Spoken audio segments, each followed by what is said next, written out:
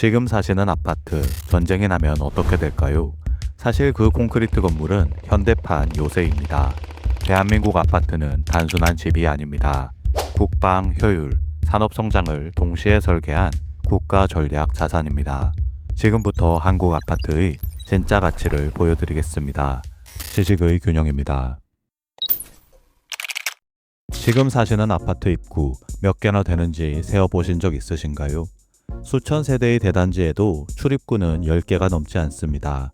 전쟁이 나면 소수의 병력으로 입구 몇 곳만 막으면 그 단지 전체가 방어 거점이 됩니다. 중세 유럽의 성곽 도시처럼 말입니다. 다만 현대판으로, 콘크리트로, 수십 층으로 세워진 것입니다. 현대판 성곽의 기능은 여기서 그치지 않습니다. 아파트 동들이 일렬로 늘어선 배치 구조를 떠올려 보십시오. 적이 직사화기, 즉 탱크포를 쏘는 경우 앞동이 뒷동 아파트들의 방패 역할을 합니다. 그러면 곡사폭탄은 어떨까요? 이것 역시 사람이 실제로 생활하는 공간으로 포탄을 정확히 집어넣기는 어렵습니다. 공중에서 수직 낙하하는 포탄은 콘크리트 지붕이 막아냅니다. 그럼 지하는 어떨까요? 우리가 매일 사용하는 지하 주차장은 단지 내 모든 동들을 연결하는 지하 통로이기도 합니다. 이곳은 유사시에 병력과 물자를 지상 노출 없이 이동시킬 수 있는 안전한 병참 루트가 됩니다. 여기에 더해 일부 대단지는 지하 주차장이 지하철역과 직접 연결되어 있기도 합니다. 도시 전체의 지하 네트워크와 이어진 셈입니다. 또한 아파트는 민간 시설 중 핵 방호 능력이 가장 우수한 구조입니다. 두꺼운 콘크리트 벽은 폭발 충격파를 분산시키고 방사능 낙진도 부분적으로 차단합니다.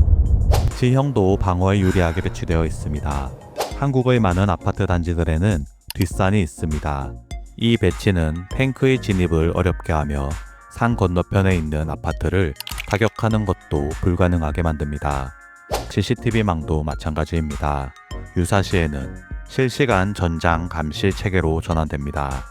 옥상에는 방공포를 설치할 수 있는 평평한 공간이 확보되어 있습니다. 또한 수천 세대가 밀집된 환경은 예비군 동원 속도를 기하급수적으로 빠르게 만듭니다. 적이 외부 방어선을 뚫고 건물 내부로 진입했다고 가정해봐도 만만치 않습니다. 각 세대 현관마다 설치된 철제 방화문은 일반적인 보병이 쉽게 돌파할 수 없습니다. 층간 복도는 좁고 하나뿐이라 소수의 인원으로 방어하기 쉽습니다. 동과 동이 마주보는 구조는 어떨까요? 맞은편 베란다에서 교차 사격이 가능합니다. 즉 미리 자리 잡고 있는 방어 측이 매우 유리합니다. 일산 의정부 분당 같은 수도권 신도시들은 아파트의 방어력이 도시 설계 차원부터 극대화되도록 설계되었습니다. 서울로 이어지는 주요 진경 루트 위에 대규모 아파트 단지들이 배치되고 도로 설계 역시 적 기갑부대의 고속 진격을 차단하기에 유리한 형태로 구성되었습니다. 한마디로 우리가 살고 있는 평범한 아파트는 유사시에 현대판 복합 요새로 기능합니다. 여기서 끝이 아닙니다. 전쟁은 드물게 일어나는 일이지만 돈 문제는 매일 일어나는 전쟁이죠. 아파트의 전략적 가치는 평화로운 일상에서도 눈에 보이지 않는 방식으로 국가의 운영 비용 전체를 절감하는 엄청난 효율성을 발휘하고 있습니다. 다음 전략에서 그 이야기를 해드리겠습니다. 밤 11시에 주문하면 다음날 아침 현관문 앞에 물건이 와 있습니다. 왜 한국에서만 새벽 배송이 가능할까요? 바로 아파트 때문입니다. 배송 트럭 한 대가 아파트 단지 앞에 정차하면 한 번에 수백 세대의 물건을 처리할 수 있습니다. 시간과 비용을 극적으로 절감할 수 있는 것입니다. 만약 한국이 미국처럼 넓게 퍼진 단독주택 사회였다면 어떻게 됐을까요? 새벽 배송 같은 서비스 자체가 탄생하지 못했을 것입니다. 상하수도, 전력, 도시가스, 통신망 인프라도 마찬가지입니다. 아파트 단지는 수요 밀도가 극도로 높습니다. 관로, 통신 및 전력망 1km를 까는데 단독주택 지역이라면 수십 가구에만 공급될 뿐이지만 아파트 단지라면 수천 가구에 공급할 수 있습니다. 국가 전체로 보면 매년 수조 원 규모의 인프라 비용 차이가 발생하게 되는 것입니다. 비용 절감은 인프라에서 그치지 않습니다. 행정 효율은 어떨까요? 아파트 단지마다 있는 관리사무소와 입주자 대표회의, 이게 사실상 국가 행정의 말단 실행 조직 역할을 합니다. 사회 공동체 유지, 인프라 시설 관리, 치안 보조 업무 등 국가가 해야 할 일들을 민간이 자체적으로 처리하는 것입니다. 국가 입장에서 이것은 통치의 외주화입니다. 여기서 아낀 비용은 자동차, 반도체, 제철 산업 등에 투여할 수 있었습니다. 주민등록 주소지 한 줄로 세금이 부과되고 복지 제공이 가능합니다. 이게 가능한 이유 중 하나도 아파트입니다. 표준화된 평면과 정형화된 주소 체계 덕분에 인구 통계, 세금 부과, 복지 대상자 선별 등 모든 행정이 정밀하게 데이터화될 수 있습니다. 그리고 이는 효율적인 정책 수립으로 이어져 국민이 체감하는 편의는 최대화됩니다. 그러나 국가만 효율을 챙기면 국민들은 움직이지 않습니다. 이 시스템이 지속되려면 국민도 아파트라는 구조에서 이득을 봐야 했습니다. 아파트는 어떻게 민간 경제의 엔진이 되었을까요? 마지막 전략입니다. 한국의 엘리베이터 시장이 미국보다 크다는 걸 아시나요? 우리나라 시장은 중국, 인도에 이은 세계 3위 규모입니다. 한국 기업들이 세계 시장에서 경쟁력을 갖게 된 배경에는 아파트의 대규모 수요가 있었습니다. 삼성전자가 냉장고를 생산할 때 가장 확실한 고객은 누구였을까요?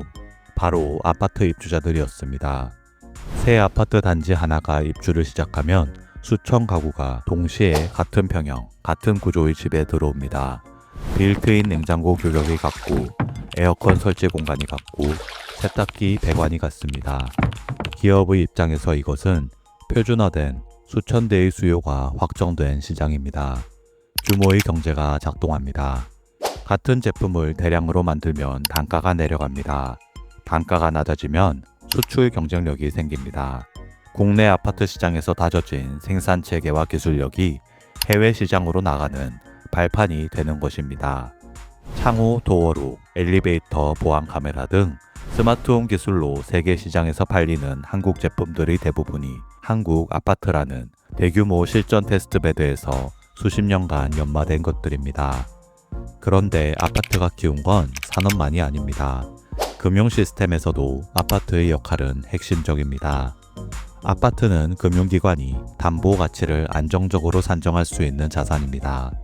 층수, 평형, 면식, 구조가 모두 표준화되어 있어서 은행이 리스크를 계량화하기 쉽습니다. 비교 거래 사례가 풍부하고 거래 빈도도 높습니다. 이 신뢰성이 대출 시장을 키웠습니다.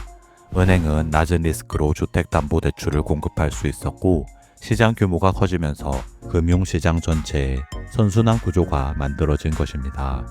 즉 아파트는 산업과 금융 양면에서 민간 경제를 끌어올린 엔진이었습니다. 다시 처음으로 돌아가겠습니다. 여러분들이 살고 있는 그 아파트 혹은 출퇴근길에 매일 지나치는 그 콘크리트 숲은 단순한 집이 아닙니다. 유사시에는 방어 요새이고 평시에는 물류와 인프라 비용을 획기적으로 낮추는 효율 플랫폼이며 기업의 기술력을 키우고 금융시장 발전의 도화선이 된 신뢰 경제의 표준 단위입니다. 오늘 퇴근길에 보이실 아파트가 조금은 다르게 보이셨으면 합니다. 영상이 유익하셨다면 구독과 좋아요 부탁드립니다. 지식의 균형이었습니다.